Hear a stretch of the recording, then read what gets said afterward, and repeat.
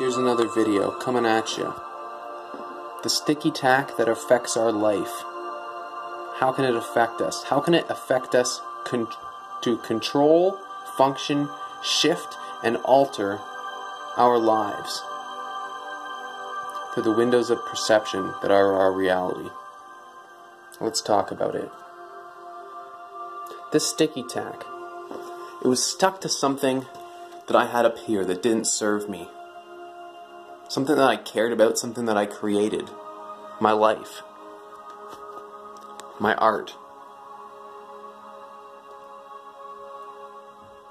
But what did I do?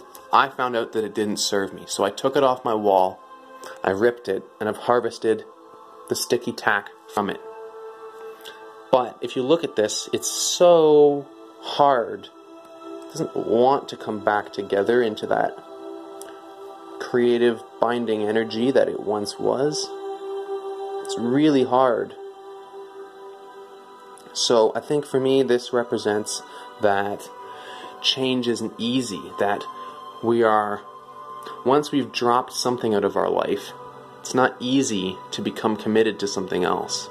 Once you stop smoking weed, like I did, it's not easy to start reading every day, to start exercising every day, to start working on a website or on homework or taking out the recycling every day. It's not easy. It's hard. Okay? The pieces don't go back together very well. But that's because if you break a clay vase, it's shattered into hard pieces and they don't want to fit back together. But if you smash each of those pieces and disintegrate them into dust, you can take that dust and add it to new clay to make that clay even harder than it was before.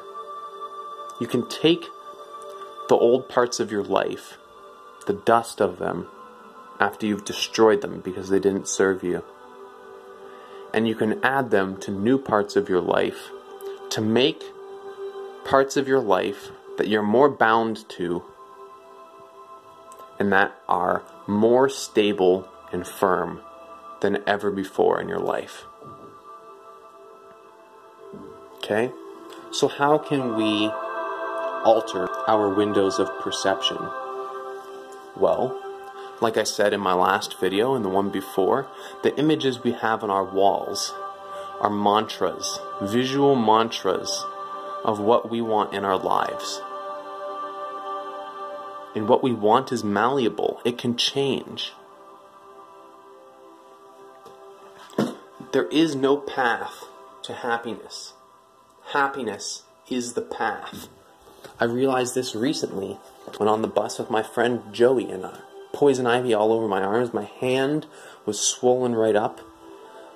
I was ready to cry. And I was complaining. And I was complaining about how I was complaining, because I'm conscious enough to realize what I'm doing after a moment now.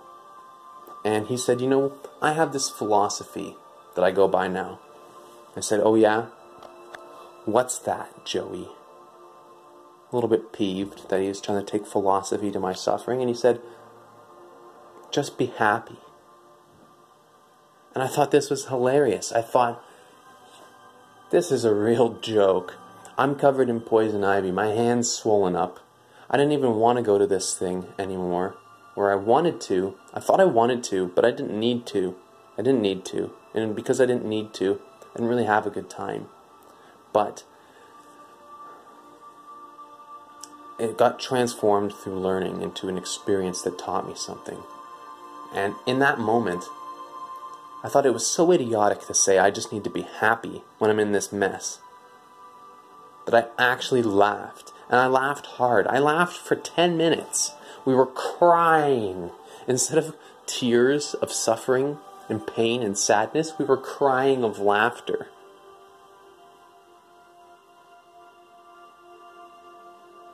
And midway through my laugh, crying, I realized, you know what? As idiotic as it sounded, he was actually right.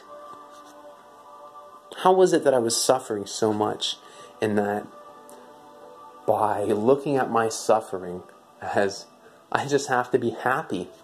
I'm not happy because I'm not happy. And I'm suffering because I'm not happy. As soon as I decided to be happy, kind of by accident, the suffering didn't matter. It almost made everything funnier. And so as counterintuitive as it sounded, you really do just have to be happy.